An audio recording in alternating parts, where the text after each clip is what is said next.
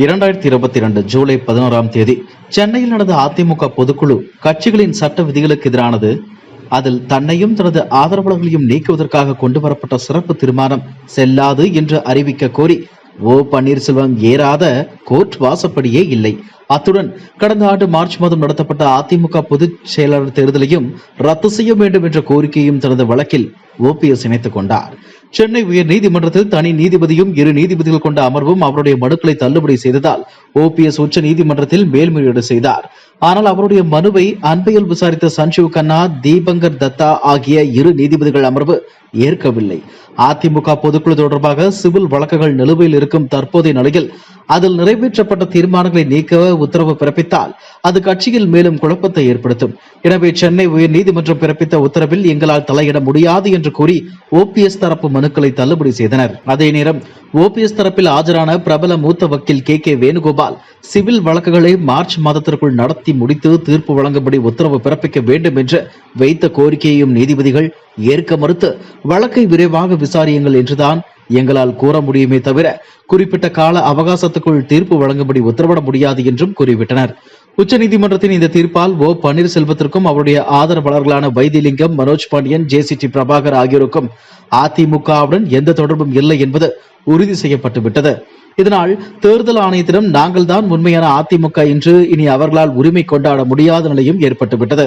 Civil கோர்ட்டில் நிலுவையில் உள்ள பிரதான வழக்கின் மீது எவ்வளவுதான் வேகமாக விசாரணை நடத்தினாலும் அதில் தீர்ப்பு வருவதற்கு 2 வருடங்களுக்கு மேல் ஆகிவிடும். இதனால் 2026 தமிழக சட்டப்பேரவை தேர்தலுக்குள் அதிமுக பொதுக்குழு தொடர்பான வழக்கில் தீர்ப்பு வருமா என்பதே சந்தேகம்தான். அப்படியே வந்தாலும் அது ஓபிஎஸ்க்கு சாதகமாக அமைய சாத்தியமில்லை என்பதுதான் சட்டத்துறை சார்ந்த வல்லுநர்களின் கருத்தாக உள்ளது. இதனால் ஓபிஎஸ் முன்பாக தற்போதுள்ள வாய்ப்புகள் 3 தான். தனி கட்சி தொடங்குவது, டிடிவி தினகரனின் அமமுகவில் இணைவது, கடந்த 7 வருடங்களாக தான் தீவிரமாக ஆதரித்து வரும் பாஜகவில் தனது 2 மகன்களுடன் ஐக்கியமாவது. இதில் ஏதாவது ஒன்றை தேர்ந்தெடுக்க வேண்டிய கட்டாயத்திற்கு ஓபிஎஸும் அவருடைய ஆதரவாளர்களும் தள்ளப்பட்டுள்ளனர். என்ற போதிலும் தான் அமைத்துள்ள உரிமை மீட்பு குழு கூட்டங்களை வருகிற 28 முதல் ஓபிஎஸ் மீண்டும் தொடங்கப் போவதாக அறிவித்திருக்கிறார். ஏற்கனவே கோவை, சேலம் உள்ளிட்ட 18 மாவட்டங்களில் அவர் நடத்திய இந்த கூட்டங்களுக்கு எதிர்பார்த்த அளவில் வரவேற்பு கிடைக்காத நிலையில் மேலும் 15 மாவட்டங்களில் உரிமை மீட்பு குழு கூட்டங்களை எதற்காக அவர் நடத்துகிறார் என்பதுதான் புரியவில்லை. அதே நேரம் டிடிவி தினகரன் கட்சியில் இணைவதற்கு ஓபிஎஸ் ஒருபோதும் விரும்ப மாட்டார். ஏனென்றால் அங்கே போனால் தினகரனுக்கு கட்டுப்பட்டது போல ஆகிவிடும். மேலும் மகன்கள் ரவீந்திரநாத், ஜெயதீப் இருவருக்கும் அவர் எதிர்பார்க்கும் தேனி, சிவகங்கை தொகுதிகள் கிடைப்பது கடினம் என்பதும் அவருக்கு தெரியும். தனி கட்சி தொடங்கினால் நாடாளுமன்ற சட்டப்பேரவை தேர்தலில் போட்டியிடுவதற்கு தேர்தல் ஆணையத்திடம் ஓபிஎஸ் ஆல் தனி சின்னத்தை கேட்டு பெற முடியும். ஆனால் தனி கட்சி தொடங்கினால் அது எடப்பாடி பழனிசாமிக்கு சாதகமாக அமைந்து பொதுக்குழு தொடர்பான சிவில் வழக்கு நீர்த்து போய்விடும் என்ற பயமும் அவருக்கு உள்ளது. அதனால் அவருக்கு உள்ள ஒரே நம்பிக்கை, புகலிடம் எல்லாமே பாஜக தான். நிச்சயம் அவரை அக்கட்சி அரவணைத்துக் கொள்ளும். ஏனென்றால் பாஜக கூட்டணியில் இருந்து அதிமுக விலகிய பின்பும் கூட பிரதமர் மோடியை ஓபிஎஸ் முழு மனதோடு தொடர்ந்து ஆதரித்து வருகிறார். அதனால் எந்த தயக்கமும் காட்டாமல் பாஜகவுடன் தன்னை அவர் இணைத்துக் கொள்ளலாம். அல்லது நாடாளுமன்ற தேர்தலில் தனிப்பட்ட முறையில் கூட்டணி அமைக்கலாம். இந்த 2இல் ஏதாவது ஒன்றின் மூலம் தனது 2 மகன்களுக்கும் தேர்தலில் போட்டியிட சீட்டு வாங்கிவிட முடியும். நிற்கும் தொகுதிகளில் டிடிவி தினகரன் கட்சியுடன் ஏதாவது மோதல் என்றால் அதை பாஜகவை தலையிட்டு சரி செய்துவிடக்கூடிய வாய்ப்புகளும் அதிகம். இது குறித்து அரசியல் விமர்சகர்களின் பார்வை இதுதான். தேர்தல் ஆணையத்தில் அதிமுக பொதுக்குழு தொடர்பான சிவில் வழக்குகள் நிலுவையில் இருப்பதை காரணம் காட்டி நான் இன்னும் கட்சியின் ஒருங்கிணைப்பாளராகத்தான் இருக்கிறேன் என்று ஓபிஎஸ் உரிமை கோர முடியும் என்று சிலர் கூறுகிறார்கள்.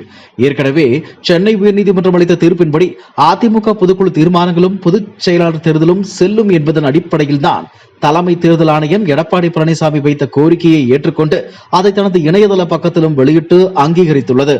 இப்போது உச்சநீதிமன்றமும் சென்னை உயர் நீதிமன்றத்தின் தீர்ப்பை உறுதி செய்திருக்கிறது. இதனால் அதிகபட்ச அதிகாரம் கொண்ட உச்ச நீதிமன்ற தீர்ப்புக்கு எதிராக தேர்தல் ஆணையம் எதையும் செய்துவிடாது என்பதுதான் யதார்த்தமான உண்மை.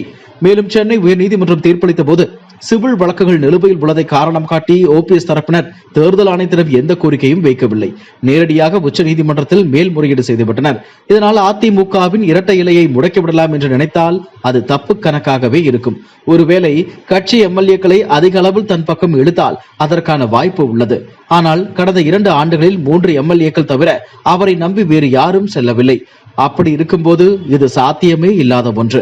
அதே நேரம் ஓபிஎஸ் மீதான சொத்து குவிப்பு வழக்கை சென்னை உயர்நீதிமன்ற நீதிபதி ஆனந்த் வெங்கடேஷ் தாமாக முன்வந்து விசாரணைக்கு எடுத்துக் கொண்டிருப்பதும் அது தொடர்பான விசாரணை அடுத்த மாதம் 5ஆம் தேதி முதல் 9ஆம் தேதி வரை தினசரி நடக்க இருப்பதும் அதில் ஓபிஎஸ்க்கு எதிராக தீர்ப்பு வந்தால் அதுவும் அவருடைய அரசியல் வாழ்க்கைக்கு சிக்கலை ஏற்படுத்தும்.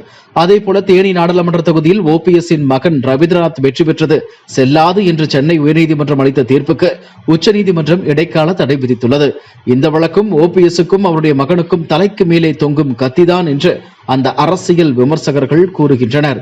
எது எப்படியோ ஓபிஎஸ்ஸை யாரோ தவறாக வழி நடத்துகிறார்கள் என்பது மட்டும் புரிகிறது. அவரும் காளையின் தும்பை பிடிப்பதை விட்டுவிட்டு வாளை பிடித்துக் கொண்டிருக்கிறார். இது வீண் வேலை என்பது அவருக்கும் நன்றாக தெரியும். அவருடைய எதிர்கால அரசியலுக்கு தற்போதைய தேவை பாஜக மட்டுமே. இதிலாவது ஓபிஎஸ் தாமதமின்றி துணிந்து முடிவெடுப்பாரா என்பதை பொறுத்திருந்துதான் பார்க்க வேண்டும். இதுபோன்ற செய்திகளை மேலும் தெரிந்து கொள்ள எங்களது யூடியூப், ஃபேஸ்புக் மற்றும் ட்விட்டர் ஆப்களை சப்ஸ்கிரைப் செய்யவும்.